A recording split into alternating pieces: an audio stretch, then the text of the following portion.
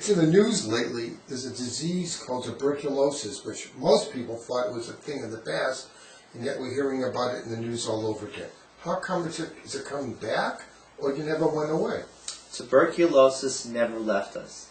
Tuberculosis is a serious type of bacterial infection in the lung, which can lead to very serious consequences. Tuberculosis at one point was being screened and treated very aggressively. And during that period in our not so distant history, tuberculosis infections dropped very nicely, but they never totally cleared. We are now seeing a resurgence of tuberculosis, not so much because we're not doing the screening properly, but because the bacteria that causes the infection has evolved to the point where it is resistant to some of the common medications we used to use to treat this very serious infection. Can babies be born with tuberculosis? Babies can be born with tuberculosis if their mother has tuberculosis. That's why all pregnant women are screened for tuberculosis during their pregnancy. If babies are born with tuberculosis, there are very specific types of treatments and approaches for babies. More commonly, children develop tuberculosis after being exposed to another adult with tuberculosis sometime after they're born.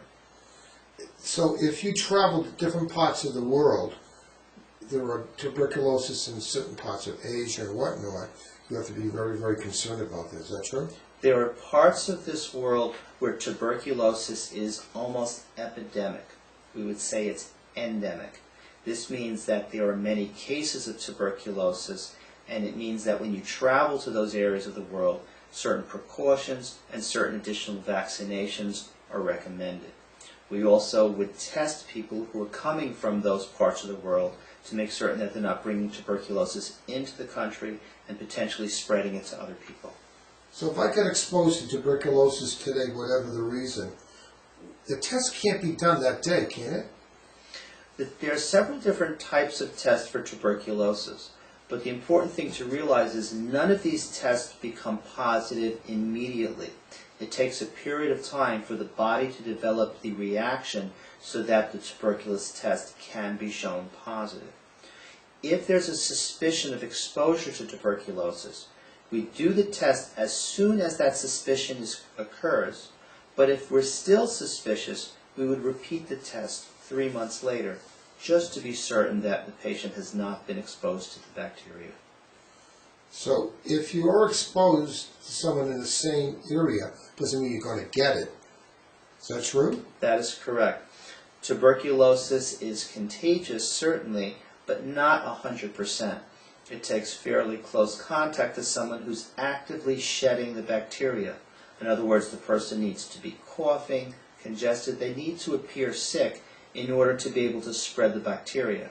That bacteria is spread through coughing. As the patient coughs, bacteria goes into the atmosphere, goes on a person's hands, their clothes, it's inhaled by another person, and that's when the person is infected with the bacteria. This a thing we see sometimes when kids come up with other parts, they get a thing called BCG. What's BCG? BCG is a vaccination that helps decrease the risk of serious tuberculosis infection. It is not 100% effective, and that is why we do not use it here.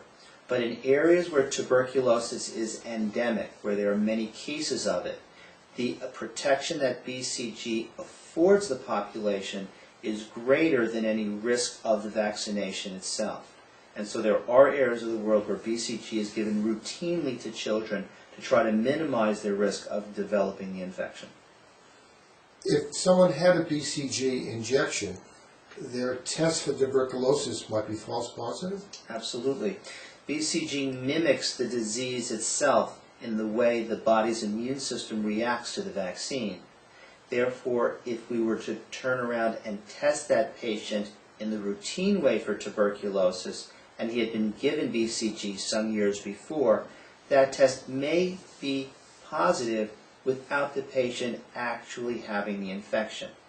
There are certain parameters that we use to try to identify the patients that are truly positive even if they've had BCG, versus those where the tuberculosis test is positive simply because of the vaccination and not because of exposure to disease. Years ago, we used to get this 3 or 4 prong thing called a TB time, and they don't do it anymore. It was such an easy thing to do. How come they stopped doing it? It's unfortunate because it truly was a quick and easy and pretty much painless test, especially for children. The problem was it wasn't reliable. When we took a look at the data, we found that the time test missed many cases of tuberculosis. And a test that doesn't pick up the disease that we're looking for is not a test that's worthwhile.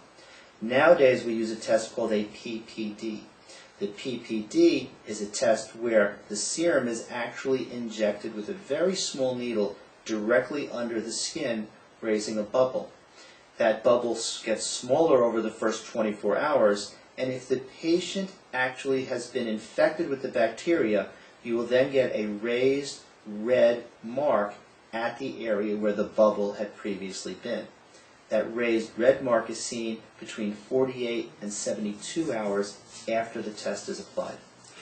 If you have a test that turns to be positive, and the doctor does a chest x-ray, he doesn't say you would have TB. It says it's sort of like risk, and he might give you some treatment just to prevent you from getting the disease. Is that true?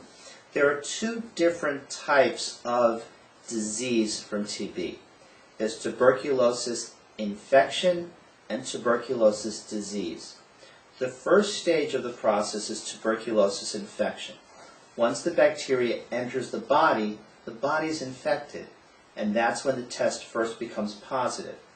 The body fights the infection, and many times the body can fight the infection effectively so that the tuberculosis never spreads to the lungs or the other organs. If the tuberculosis spreads to the lungs and the other organs, that's tuberculosis disease, and that's when the chest x-ray shows the changes of tuberculosis that we commonly expect. The difference is that if a person has tuberculosis infection, the treatment is different than if the person has tuberculosis disease.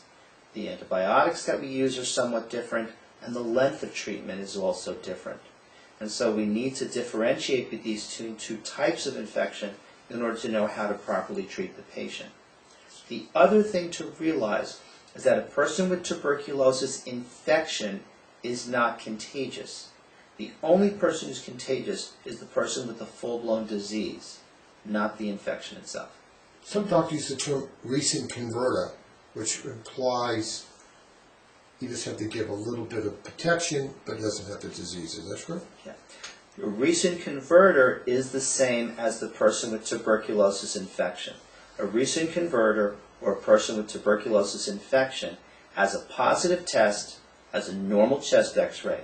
That person needs only 1 medication for a period of 9 months. That medicine is what? The medicine we commonly use is called isoniazid. The abbreviation is INH, and most of us use the abbreviation. It's a whole lot easier to say. If for some reason the treated with INH, you still got to watch the kid very carefully for a period of time afterwards? Well, you certainly watch the child carefully. You use INH for a period of 9 months. You supervise the child to make sure that they're getting the medication properly. You do a physical examination on the child monthly, at least for the first few months, to make sure no side effects are occurring and to make sure the patient is responding well to the treatment. The doctor probably would check all close contacts of the kid who converted to see what the source is? Absolutely. Since the child has gotten the tuberculosis from somebody else, it would be important to try to find out who gave the child the infection and who else may have developed the infection in that same circle of individuals. Thank you very much.